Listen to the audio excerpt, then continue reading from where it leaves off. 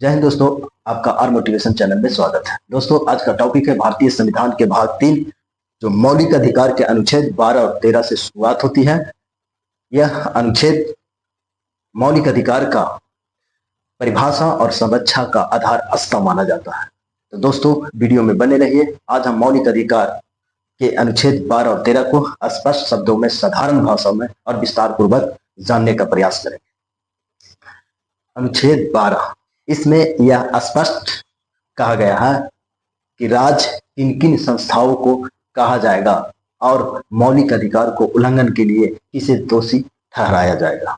तो दोस्तों, हम समझते हैं कि राज्य के अंतर्गत कौन कौन आता है और इसमें कौन कौन शामिल होते हैं।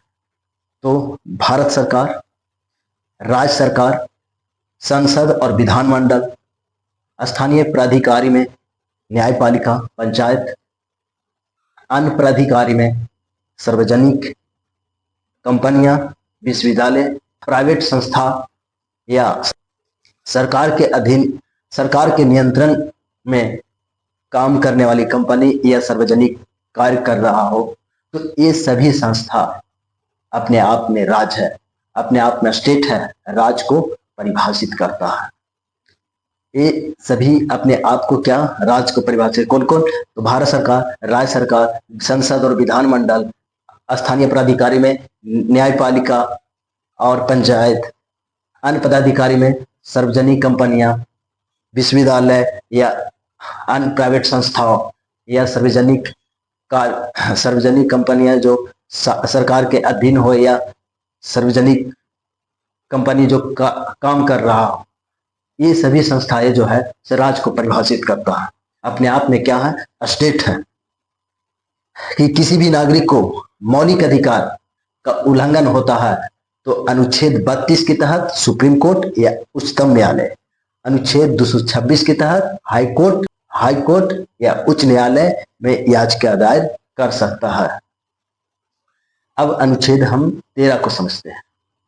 अनुच्छेद 13 में यदि मौलिक अधिकार को उल्लंघन करता है तो इस अनुच्छेद के पावर है तो उसे खारिज कर सकता है, उसे रद्द कर सकता है। अनुच्छेद 13 के 1, संविधान लागू होने से पहले कोई ऐसा कानून है जो मौलिक अधिकार का उल्लंघन करता है तो उसे रद्द कर दिया जाएगा, खारिज कर दिया जाएगा। अनुच्छेद 13 के 2, कोई भी राज्य ऐसा कानून नहीं बनाएगा कि मौलिक अधिकार के उल्लंघन हो या मौलिक अधिकार के विपरीत हो। यदि ऐसा कानून बनाता है तो उसे इस अनुच्छेद के तहत रद्द कर दिया जाएगा। अनुच्छेद 13 के 3, इस अनुच्छेद में कानून की व्याख्या की गई है।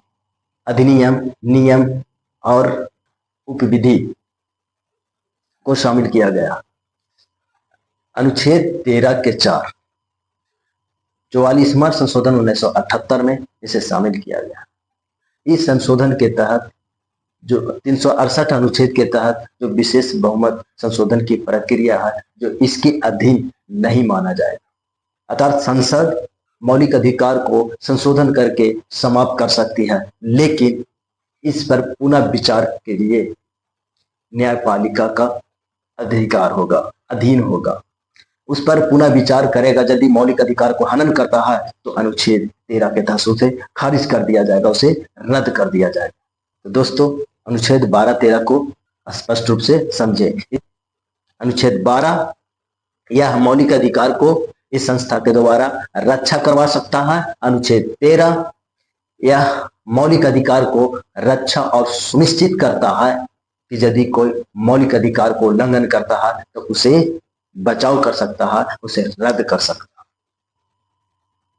दोस्तों, आज के लिए यहीं से टॉपिक समाप्त होता है।